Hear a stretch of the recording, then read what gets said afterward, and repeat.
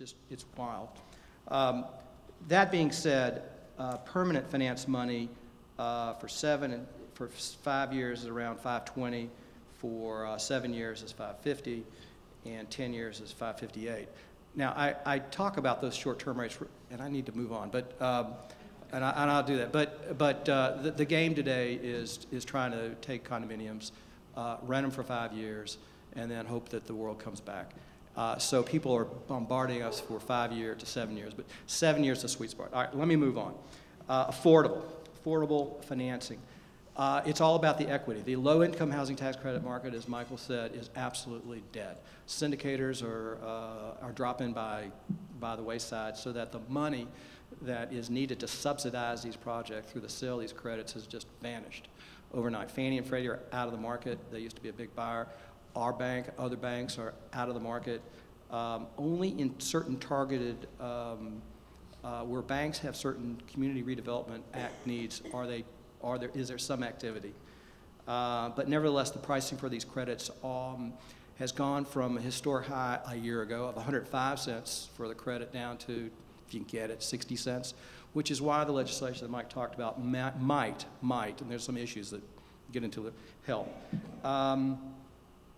Underwriting standards, again, underwriting standards are tightening. Used to do a deal at a 110 debt coverage, 40-year amortization. We're now at 120, 30 years.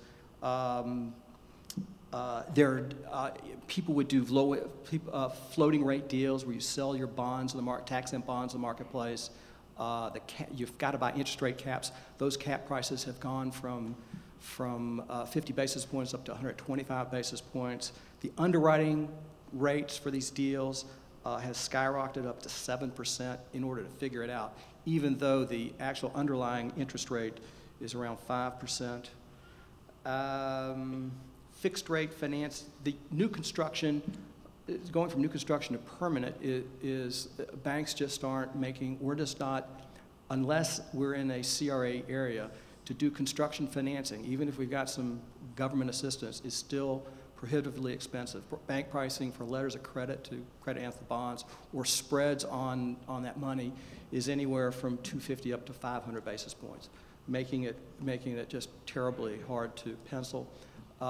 There's still a disconnect between buyers and sellers of land and costs, so that in order to build, especially in this area, to build projects, you can't make deals pencil. They just don't pencil today.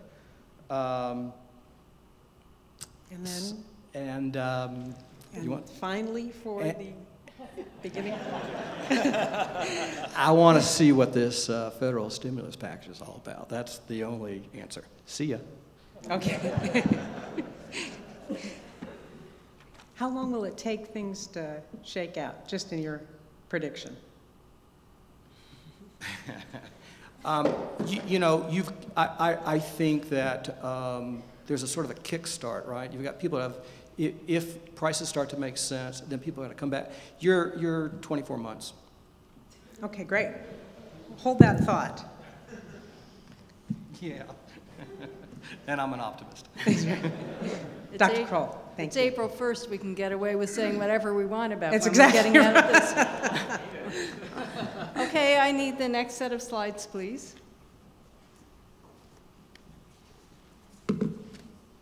Which we may or may not get. Marty, are you back there with the slides? Thank you. And the buzzer even works here.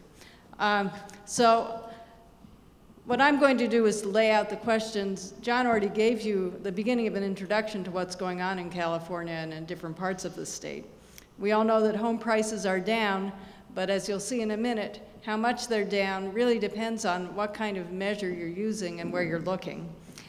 Sales were down precipitously, but they've also risen very sharply in the last 2 months. And what does that mean? Will that help to put a floor on the downturn in prices?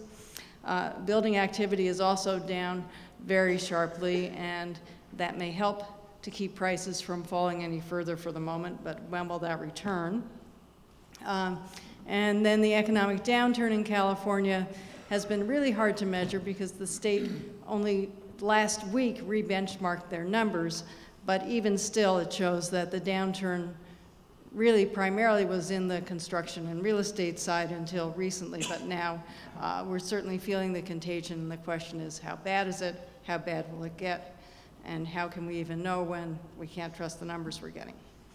And finally, the impact varies a lot by location, and I'll just show you a few numbers on that. So no economist who's talking in front of a group can resist having this slide in their deck of cards, as you saw from John, but mine's a little different. This one is the median price, which is based, of course, very dependent on whatever mix of homes is selling, and for the most recent numbers, is very much influenced by the number of foreclosure sales going on. But if you look at these lines, compare San Francisco's at the top, that's the whole Bay Area, California in the middle, and the US at the bottom. And San Francisco looks like it's gone through an even worse downturn than either California or the US, with prices down below their 2000 level based on median prices. That, of course, is not what's happened to the actual price of an individual home in most parts of the Bay Area. But as you can see, the prices coming down this far have certainly helped to generate the increase in sales activity that we're seeing. And it's up in California to about the level it was at its peak, with both home buyers coming in and also many investors, I mean, people who are coming in who want to own the home, and also many investors who are thinking this is low, and California prices almost always go up, don't they? So here are a couple of the numbers that John showed you were the same home sale numbers from the Case-Shiller Index, which measures virtually all the market from foreclosure sales to the very top of the market. The Orfeo Index just measures what's happening with the Fannie and Freddie loans, which are, for California, kind of the middle of the market. For the Bay Area, probably the second and third quintiles of the market. Not even that, missing most of the top half and the bottom as well. So if you're looking at that part of the market in the Bay Area, it's really been much more stable than either the Case-Shiller numbers or the median home prices would suggest. And by those numbers, those homes have maybe dropped back to 2005 values rather than 2000 values. It's a pretty big difference in what's happening. So it depends very much on what measure you're looking at. It's not that any of these are right or wrong, but you have to know what they're measuring. And then if you look at what's happening in different parts of the region, this slide is a little bit misnamed. It's really the change in the price per square foot in different zip code areas. So the basic point of this slide is that the higher price areas have seen either much less in the way of price declines, on the order of 10%, or in fact in some parts of San Francisco, they've seen a price increase in the last year. That may not hold up going forward, but certainly the biggest price losses have been in the places that had the most subprime housing, the most foreclosures right now. Now, when you're talking about affordable housing, of course, home ownership is only one part of the story, and apartment rents are an important part too. And there's been much less of an adjustment. And in fact, for about the first 3 quarters of last year, rents continued to rise, and they only really began to turn down in the 4th quarter of last year, and of course, much less precipitously than home prices did. So for the portion of the market that's depending on rental for affordable housing, there hasn't been that much improvement yet. Of course, we just heard that the condos are going to become rentals for the next 5 years. So that, I mean, there will be some filtering down, but how much it will affect the bottom end when nothing new is coming on, it's doubtful.